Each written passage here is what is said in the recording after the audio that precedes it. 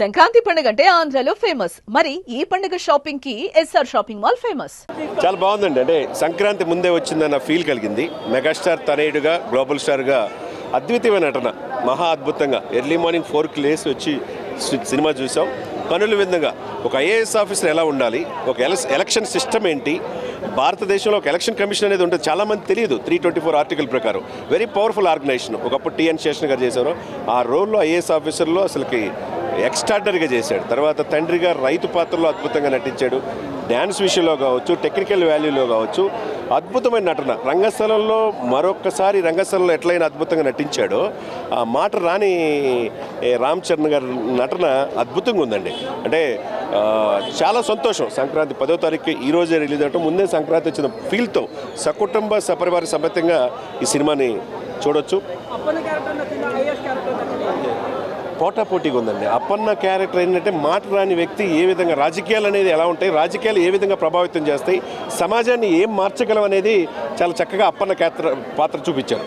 అదే సమయంలో రాజకీయాల్లో అడ్డం పెట్టుకొని ఏ విధంగా లక్షల కోట్లు సంపాదించుకుంటారు, ఇసుక మాఫియా, మైనింగ్ మాఫియా, లేకపోతే బియ్యం అక్రమ రవాణా అన్నీ. అంటే సమాజంలో ఈ రుగ్మతలు, ఈ పాలిటీషియన్స్ అంటే ఏంటంటే 10 కోట్లు ఖర్చు పెడితే 100 కోట్లు సంపాదించే ఈ రోజుల్లో వాళ్ళు అట్లా ఖర్చు పెట్టిన తర్వాత ఏ విధంగా దోచుకుంటారనేది చూపించారు. అది ఏ విధంగా కంట్రోల్ చేయొచ్చు అనేది ఒక ఐపీఎస్ ఆఫీసర్ పాత్ర చూపించాడు.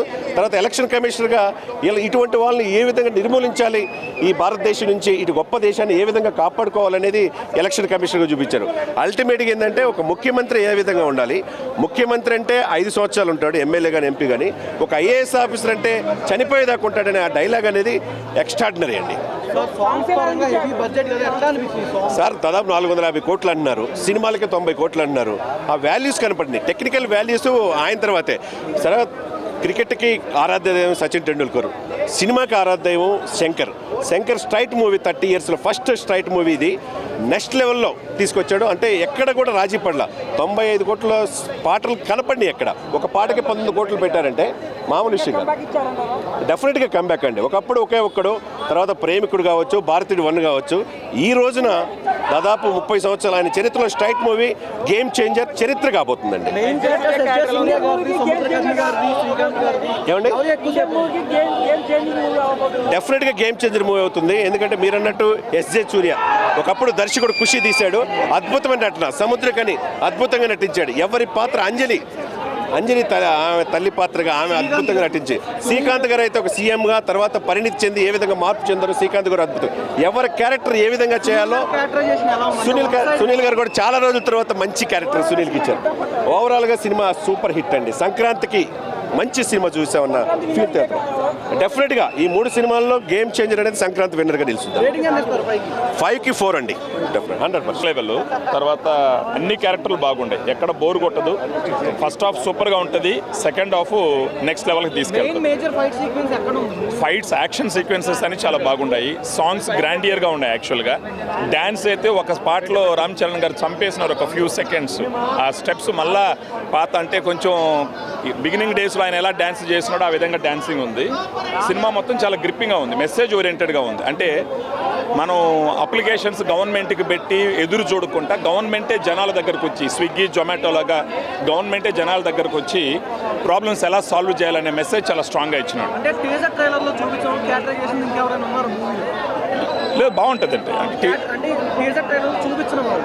చూపించిన వాళ్ళు అంటూ ఎవరు లేరు. ఎస్జే సూర్య యాక్షన్ కూడా ఓ రేంజ్లో ఉంది. యాక్చువల్గా ఆ సునీల్ గారి క్యారెక్టర్ మళ్ళీ పాత సునీల్ని చూడొచ్చు, కామెడీగా ఉండదు. పాత సునీల్, శ్రీకాంత్ క్యారెక్టర్ కూడా చాలా బాగుంటుంది. బాగుంది. సినిమా మొత్తం బాగుంది.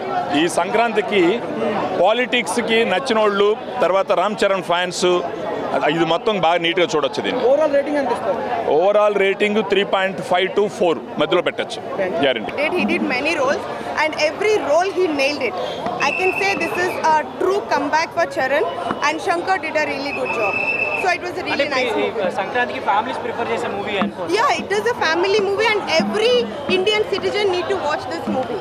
So it is all about I don't want to put some negative comments on it or I don't want to put some politics in. అలా అండి, చాలా బాగుంది. సూపర్ హిట్ కొట్టాడు. ప్రతి ఐఏఎస్ ఆఫీసర్ ఎలా ఉండాలో చూపించాడు. ప్రతి ప్రభుత్వ ఉద్యోగి నిజాయితీగా ఉంటే దేశానికి ఎలా చెందుతుందో, దేశవ్యాప్తంగా ఎలా మంచి జరుగుతుందో చూపించాడు. Super hit cinema.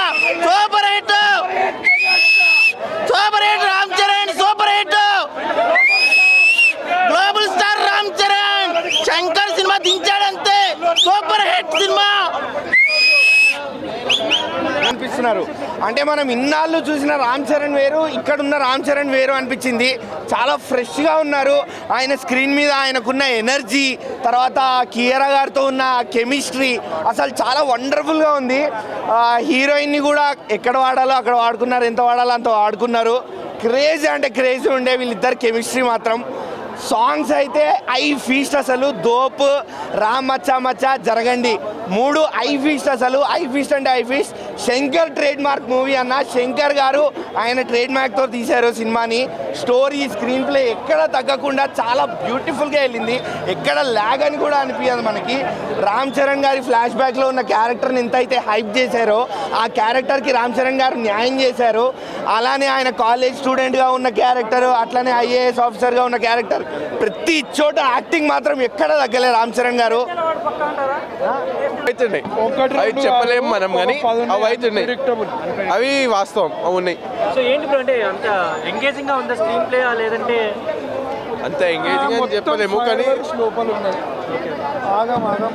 మీకు బాంబులు పడుతుంటాయి, ఆడ బాంబులు వేస్తుంటారు, మనకు తెలుస్తుంది. కొంచెం ఏమైనా క్రింజ్ షాట్స్ ఏమైనా కనిపించాయా? క్రింజ్ అంటే మరీ అంత లేవు మీరు అనుకున్నట్టు ఉన్నాయి. ఎవరు అనుకోరు అది అట్లా అవుతుంది అని. చాలా ట్విస్ట్లు ఉన్నాయి, మంచిగా ఉంది, కానీ కొంచెం లాగ్ ఉంది అంతే. అది తప్పించి బాగుంది.